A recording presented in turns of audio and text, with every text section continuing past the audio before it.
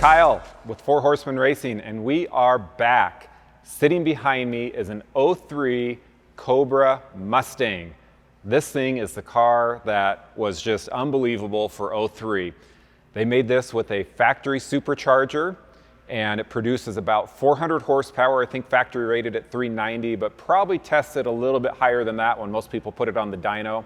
This car is 100% stock. This is a one-owner car that we bought out of Arizona, and it has 90,000 miles on it, so it's been driven, but it is in such excellent condition. This was kept in the garage its whole life, and as you can see, it is in excellent shape. So the thing I like about this car, they called this the Terminator Mustang. So what happened was in '99, when Mustang released this new body style, they made a Cobra edition. However, the motors had some issues. I believe it was an aluminum block, and it had some trouble, and so Ford actually got a pretty bad rap on these. So for the 03 edition, they really wanted to come out strong, and they put a cast iron block back in the motor. They put a supercharger on it, and the motor on these are so strong. A lot of people do mods on them and get even more horsepower than what they produce.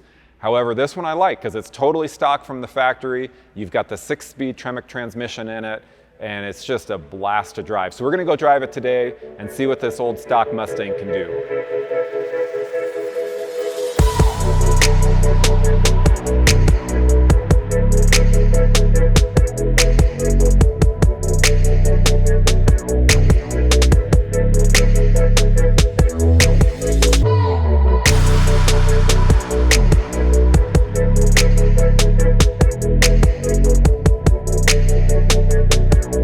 Hey guys, here we are, 03 Cobra, the Terminator. 390 or more horsepower, depending on who you talk to, and the sound of the whine of the supercharger, I just love it. It is so cool. From the factory, and it makes that noise. It's just the best. So let's just drive this around and see what we get. Oh! Yeah! A great burnout every time. Burning some serious rubber. In addition to that supercharger, you've got an independent rear suspension, which on these Mustangs was a first, I believe, in this model. And so the contact to the road is fantastic. When you put the power down, you don't get any hopping or anything. Those tires just stay right on the ground. Yeah. You get a perfect even line. You can burn rubber tires with ease. No, I like it. I really do. And that smell. I mean, of course, you won't smell this from your computer at home. However, we just laid some nice rubber, and you can smell it in here, which is just fantastic. That was a lot of fun. But no, I totally noticed like the refinement. Like I know we're not talking about a 2021 GT500 like we have sitting in the garage. Which we have, and that's a lot of fun. But seriously, you did not get any wheel hop. You did not get any jerking. It was just fun, easy power. Yeah.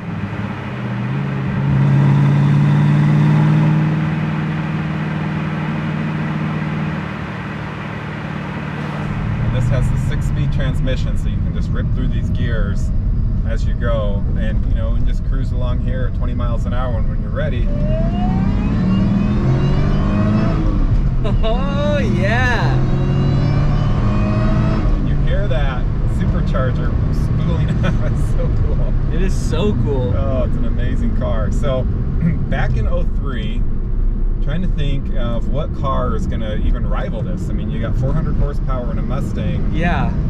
I know the Camaro wasn't producing that. They were probably at like 275, 300 back in those days. In fact, I think they stopped making the Camaro. I don't even know if the Camaro was available in these years. Yeah, I think they stopped making it shortly after this came out. So maybe maybe the designation Terminator has something to do with it. I don't know. I know that's what Ford called this program, as they were in production, as let's call it the Terminator, because I don't know why they probably thought this is so cool. The SVT team is what they were called. Yeah.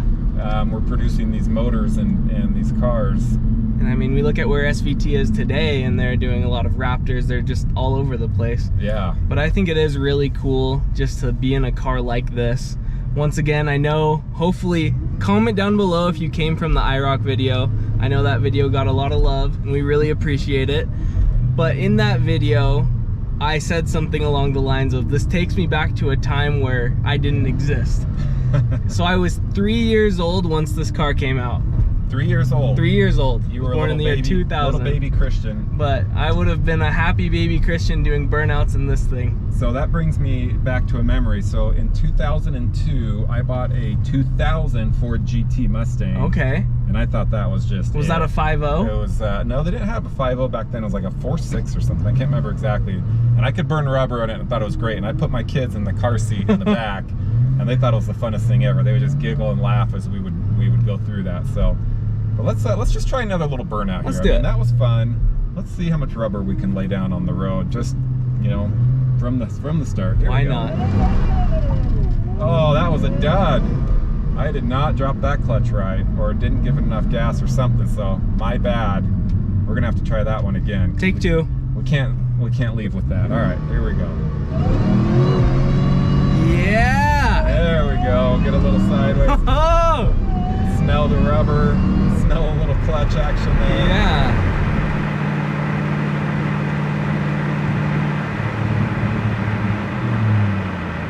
In today's world, you know, you get in the GT 500, you don't smell that clutch burn like you used to. You'll smell the rubber, but you don't smell that clutch, and maybe not quite the burn oil smell that sometimes we get in these cars. No. But that all is part of the character. Fun. It's part of the fun. So, yeah, in our previous videos, we talked about the 85 IROC-Z, and we jumped ahead. This is 18 years ahead. We skipped the 90s, but don't worry, guys. We have the sickest 90s car that we're going to be doing pretty soon. I could not agree more. This thing is a 90s spaceship. Yep. Tell the people what it is. All right, we got a 91 Corvette ZR1 in the shop, and we just did we're doing the paint correction on it right now. It's looking really nice. It's got 32,000 original miles, something like that. So we're going to get to that in a little bit. But for now, let's see how this thing goes at high speed. Yeah. There we go. Whoa. I just love how these cars feel. You know, they feel pretty good for a car that's almost 20 years old.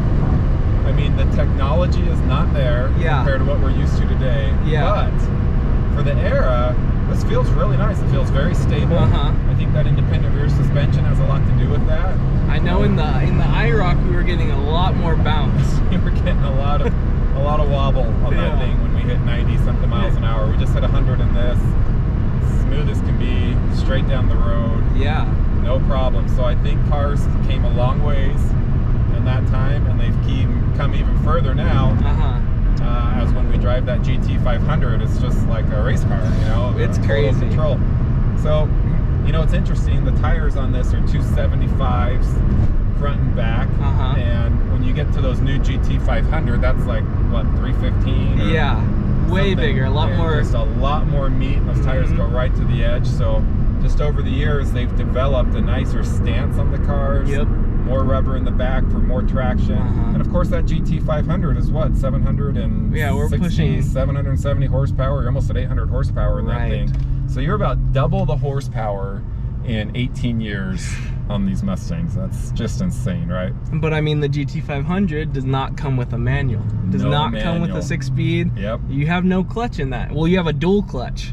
And it's really cool, but it's a completely different experience. You can't shift like this. And the other thing it doesn't come with is a 6-disc CD changer. Now, how cool is that? Yeah, so I will admit, I am part of the backup camera generation, and I am also part of the Bluetooth generation. I have like not once turned on the radio in my car. Yes, well, back in the day, Christian, if you had a 6-disc CD changer, you were it. I mean, you could put all your coolest music in there. I bet. Take a long trip. You thought you were the coolest kid in town when you're like, oh, disc 2, push it, and you hear it going, you hear those discs changing in there. Living the dream. Then you're just praying that they don't get tangled up or scratch. You don't pull it out. Oh, don't scratch my disc. That's how we rolled back then. Oh my gosh. You missed quite the era.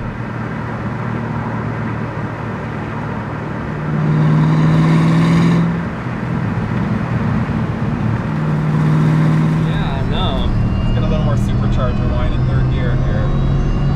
Oh, I love it. It's got this boost gauge. It goes right to 10. That's what it boosts at. That is so cool. Now, a lot of people modify these cars. I can't blame them because you can get a lot more power out of these. Oh, I'm sure. When and you do some engine work and some pulley work, things like that.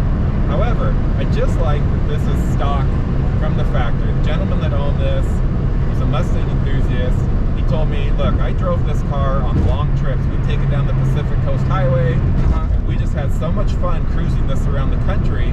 He goes, so most of the miles are highway miles. You know, other than that, it's just sat in the garage, especially the last couple of years. That's why he sold it, because he thought, I'm gonna let someone else enjoy this car. Yeah. He's getting a little bit older. Yeah. And but when you look at this interior, it looks like day one showroom. Oh, I mean, exactly. and the seats are so cool. You've got this microfiber in the middle, which kind of keeps you planted on the seat as you're driving and taking turns fast. Yep. But it's just a cool interior. They put these SVT gauges on it, so you kind of get that white silverish gauge, which really has a nice contrast to it. You've got the Cobra, you know, written on the steering wheel, and you've got the badging around it. But it's not overly badged out. No. You wouldn't look at this and go, oh, that's a crazy looking car, right? It's just kind of subtle. The subtle difference is they put the front bumpers a little bit different. Like the front bumper has the fog light. Next to it, it has another hole, which you could, I heard, attach brake cooling air ducts to that other hole in the front bumper. So when you look at it, you'll notice there's two holes. One's, I think, just blocked off, but that's some pretty good technology. Yeah, if we were going to go to the racetrack or whatever, we might put some cooling ducts in on the front brakes, because you know these things are going to boil over pretty soon when we hit the track and it's 90 degrees outside. That's another difference between these older cars and the newer cars. These newer cars have these brake calipers that are enormous, and the rotors are like as big as the wheels. And you look at this, the brake calipers, you know, it's a few inches, and so you're like, all right, that'll stop me once or twice. Exactly. But I don't think this was really designed for the racetrack. No, we definitely have like other cars that we take to the track, but I will say this, and this is what I really appreciate about this car. You get a different sensation of speed in kind of these older cars, right? You can hop in the GT500 and you don't realize how fast you're going. Where to really just get up to 100, you feel it, and it's just more... It's more tactile. engaging. Yeah, engaging. It's more engaging. You you have to drive the car.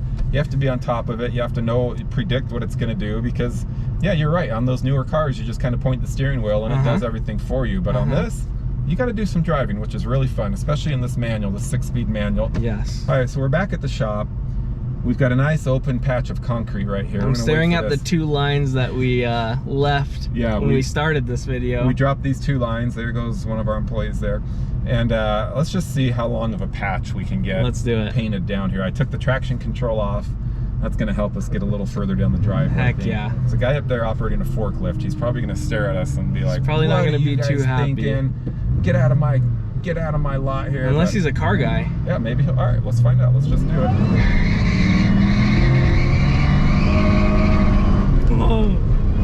He liked it. You see him smiling? Yeah, he was smiling.